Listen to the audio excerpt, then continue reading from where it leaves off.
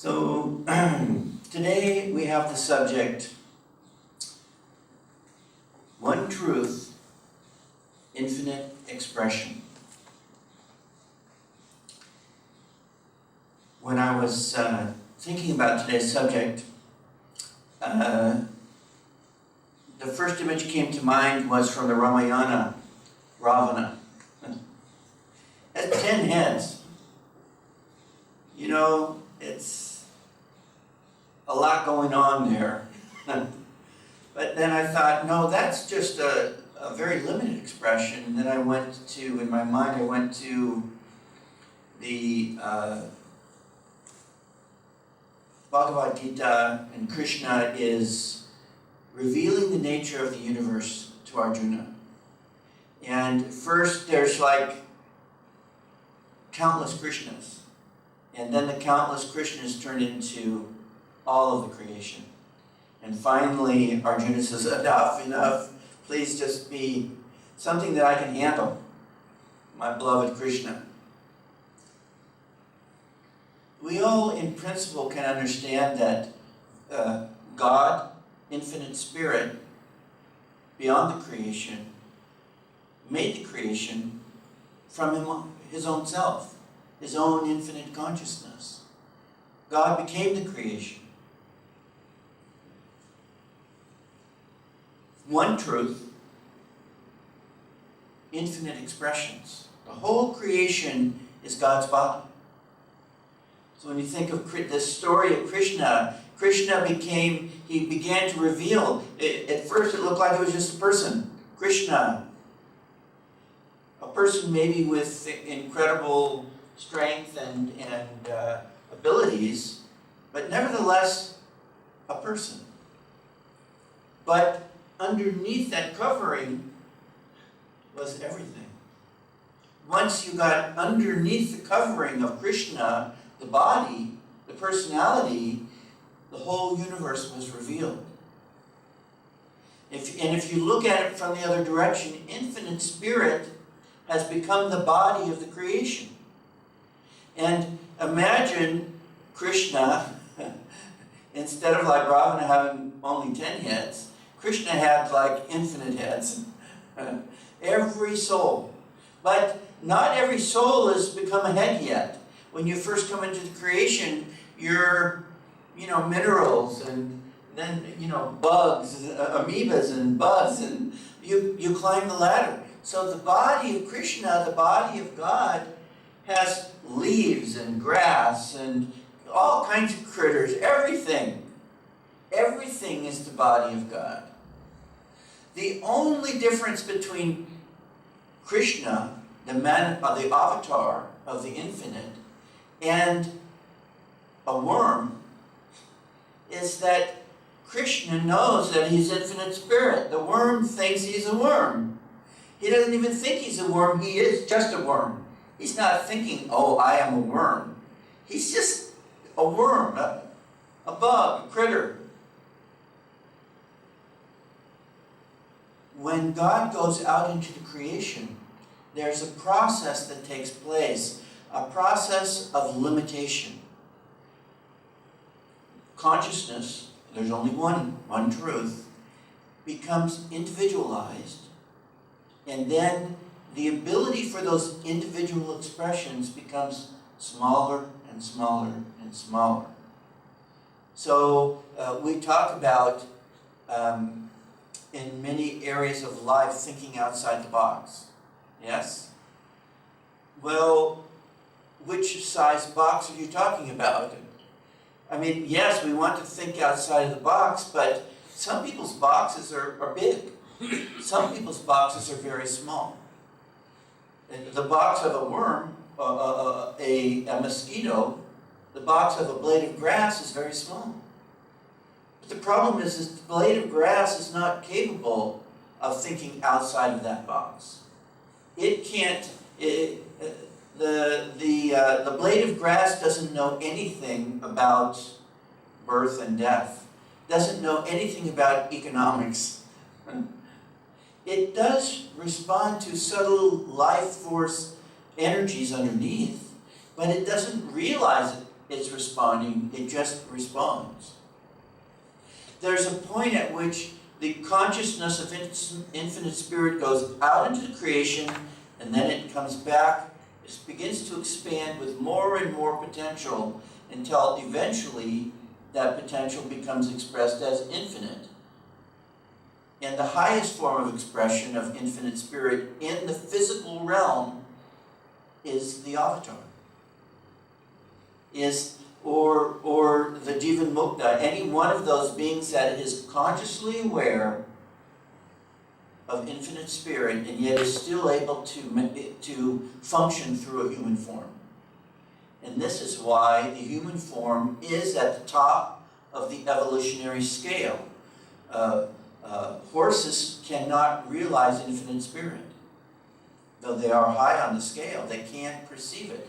They don't have the mechanism through which the box of the horse doesn't have the mechanism for that infinite consciousness to be fully manifested through it. So, we are in human form. This is good news.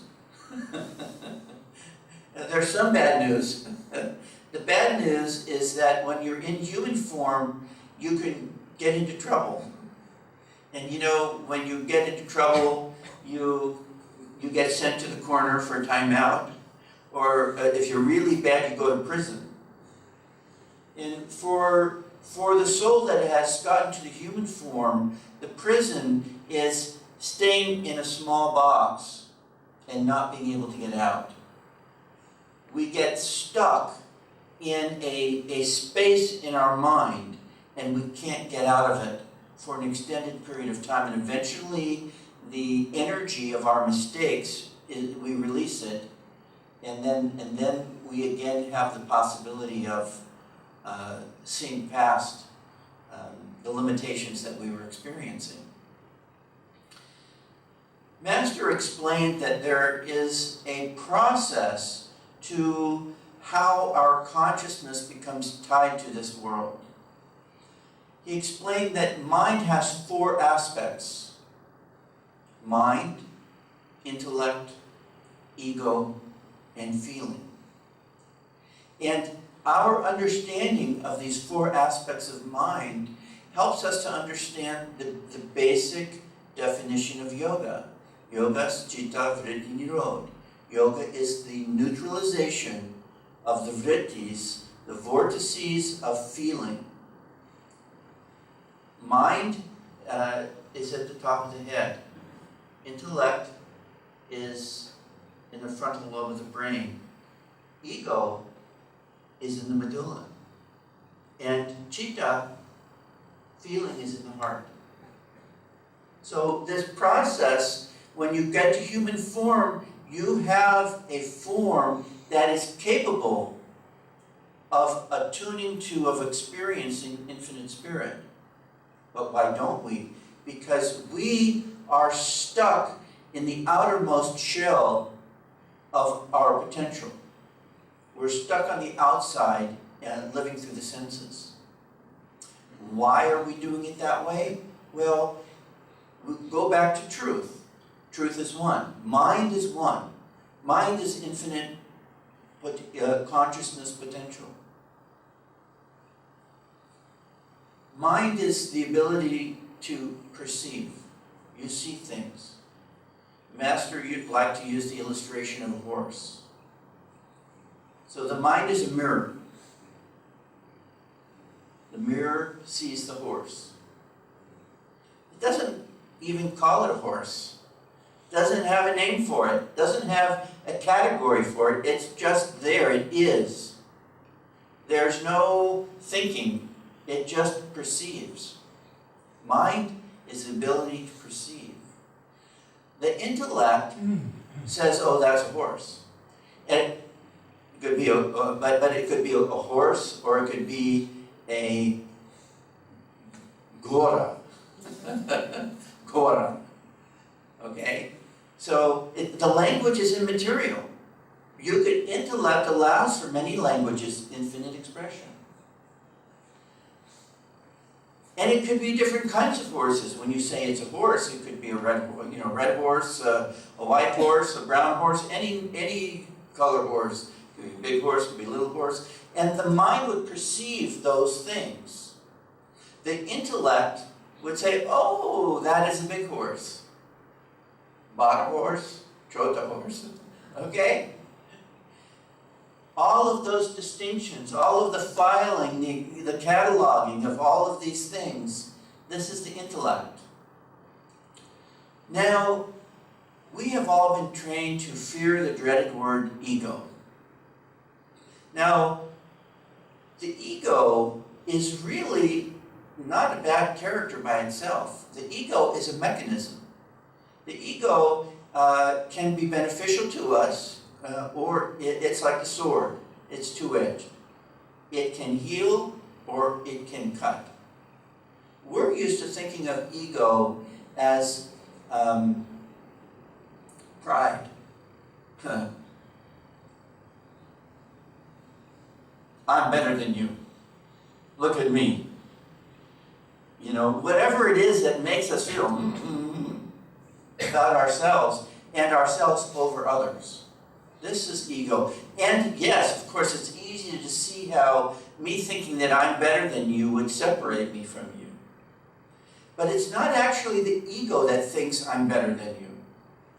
The ego is that part of our consciousness that gives definition to our individuality, our separateness, our perception of separateness. So, and that isn't necessarily bad, because then you say, oh, that's your horse, or that's my horse.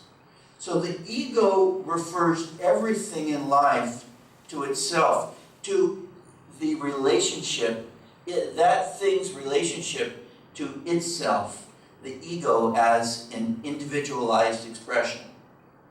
So, Master said that the ego that is the soul tied to the body. So it's the ability for us, our source of connectedness to higher consciousness, tied to a physical form. So there's nothing wrong with saying, oh, well, this is my body.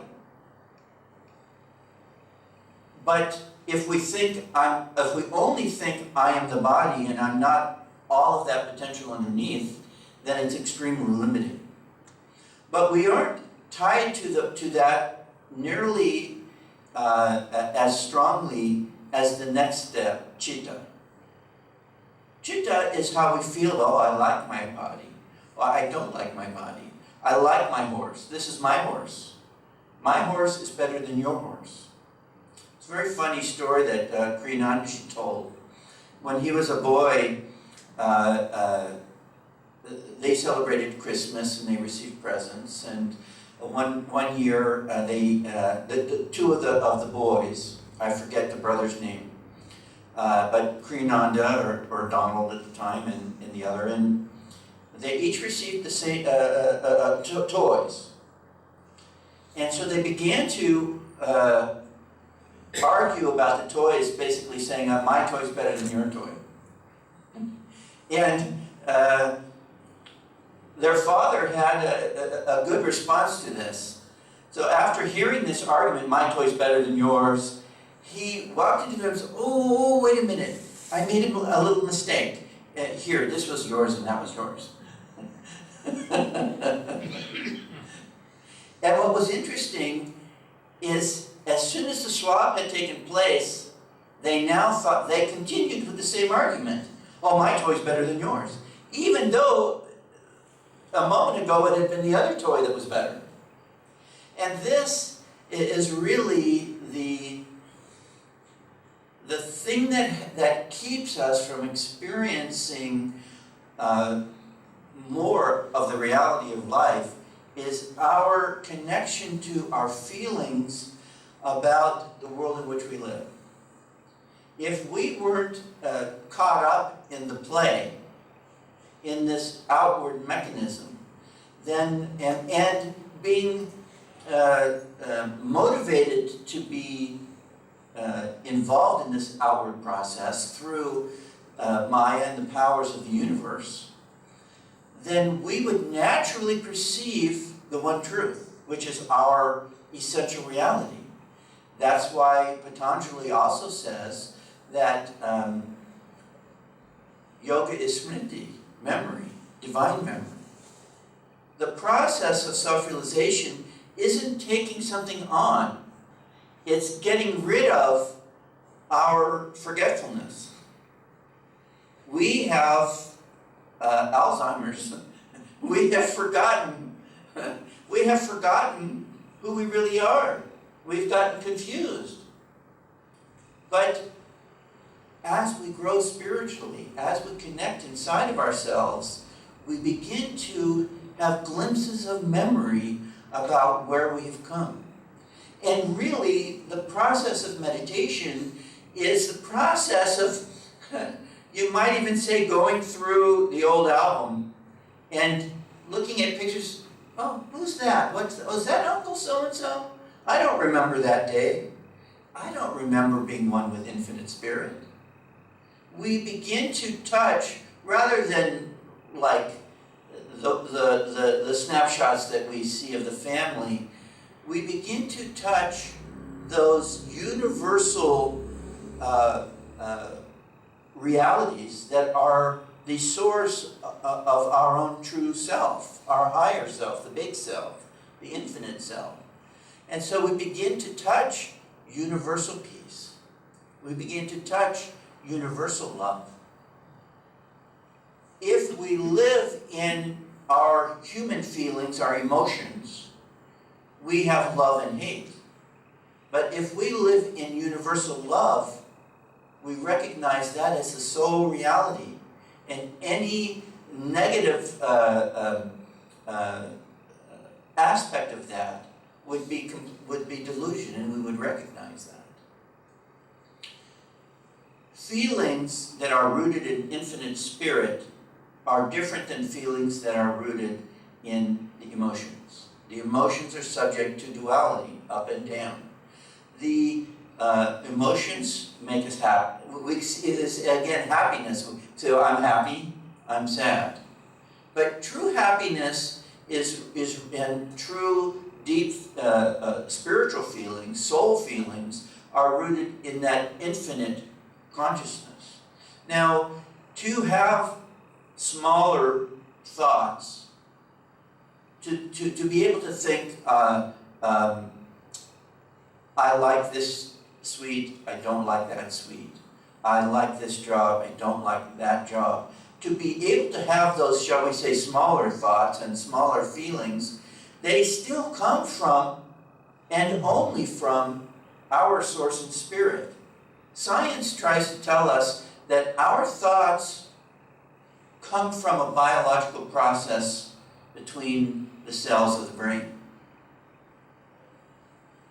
That's completely incorrect. Now, so who are you to say that science is wrong? Well, don't take my word for it. Take science's word for it. Science has been wrong on almost everything. If you look at the history of science, you find that, well, this much was true, but that much was wrong, because now we know something more.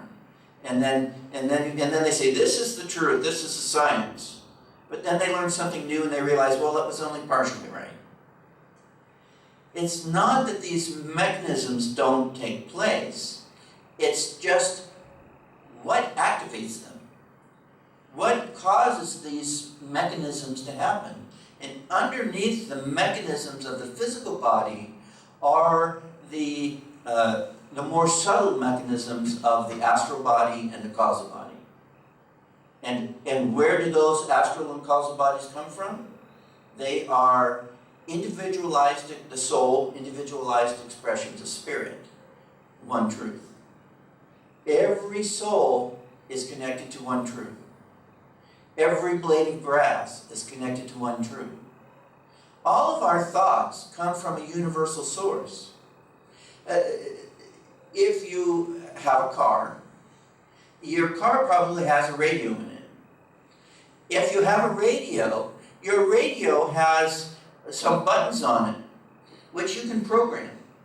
And you push this button and the dial automatically goes to the station. Yes?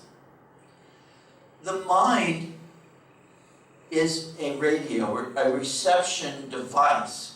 It's capable of receiving infinite understanding, infinite both intellectual understanding in terms of information about the details of the creation, and infinite consciousness beyond the creation. Everything. But the radio of our consciousness, even though we have many buttons, they're small compared to infinity. So each of these feelings that we have in here, every one of those is a button. We even call them buttons. Somebody pushed my button. And that button could be something that you don't like, but we also have buttons that we do like. We don't necessarily call them buttons, though. Usually we use, that button, you push my button, is a bad thing. But sometimes we push the good button by hugging people, by caring about people, being kind to people. This process is affected by the mechanism that we've been living through, not just in this lifetime, but through we don't know how many lifetimes. So we have buttons that we don't even know about. Sometimes we have buttons, you hear stories about, let's say, a fellow who was a nice guy and, treated his family right, very responsible citizen and member of the community. And one day he went crazy and did something unexpected. Could be positive, but oftentimes it's negative. What happened? A button got pushed. A button that was not in the daily section. But don't you, even if you only have 5 buttons on your radio, you have some that you use more than others. Maybe one of them you only use once in a while. Well, the buttons that we have from our past karmas are so many that we just don't even know what might set us off. What button might get pushed unexpectedly, or it might not be used for the first 3/4 of your life, and then at some point you push the button. But sometimes the button can get broken and not work anymore. And that can be good or bad. You can break the button of not meditating. As you meditate. Oh no, my meditation button broke. I got distracted. I have to repair it. Come to satsang. Or you can break the button of negative attitudes. Well, leave that broken. Just don't even fix that. And I have it in my truck in America. I have a button that's just not fixed. That thing came off, and I don't care. It can happen. In the case of my truck, it's probably not such a great thing. But there's many things in life that we can let go. Once you're done with it, you don't need to worry about it anymore. So the ego, the soul attached to this body consciousness. But when we say the ego attached to the body, we're not just saying the body, the physical body. It's the causal and astral bodies as well. And we can't see that inner mechanism. But as we develop, we begin to be more conscious of our interconnection to spirit, and then we become more aware of our buttons. Most people in the early stages of being in a human body, they don't even know that they have buttons. They just react. And some people call that instinct. But there are powerful forces underneath that cause us to act in certain ways. Those might be described as buttons in common. We all have certain buttons that are the same. We all breathe. We all eat. Not all of us. Some people have broken the need to eat button. Not many, but a few have. Some people have broken the button on the need to respond with anger. Some people have gotten rid of these automatic responses that lead to suffering. And this is the thing to understand. God does not require us to worship God. God is not a deity that demands that we make his ego feel good. God has no ego as we would think of it in that way. But God allows us to play in the playground even if we fall off the jungle gym or the swing. We fall and we bruise the knee. God allows us to do that. We get our feelings hurt. And we allow our feelings of I like this and I don't like that to drive our level of well-being, our happiness. And so the ego is our enemy when it makes us think that we are separate from the one truth. And it keeps us bound to these feelings that we have of likes and dislikes, our reactions to the world. But the ego can become our friend when we focus the energy of the ego back towards the source. You can't, and this is why in the Bhagavad Gita, Bhishma represents the ego. And he is shot with many, many arrows during the war, but he can't die until the end of the war. The ego is only slain. We only free ourselves from the ego when we slip from the limited I like it, I don't like it point of view. I am separate from every other thing, to spirit perception. We realize that we are spirit. We realize that we are the one truth. We are not the individualized separateness. So, but we need that ego to use it through conscious will to turn our energy back towards expansion instead of contraction. What we're really doing is, and this is something helpful to understand, is most of us think of our aspirations for spiritual growth as being our own individual effort. That, we have to do it. And yes, we talk about the Guru's grace. We don't quite understand what that means. Maybe we think it's like a kind uncle. Our kind uncle who will help us out sometimes. He's watching out for us. And gives us a little helping hand once in a while. There are forces in the creation from which we are all a part of. And there's that force going out into the creation, keeping everything limited. And there's that force that is going back to spirit, freeing. We think of this Brahma, Vishnu, Shiva. That creative aspect, that preservative aspect, and that which destroys ignorance brings it back to an infinite spirit.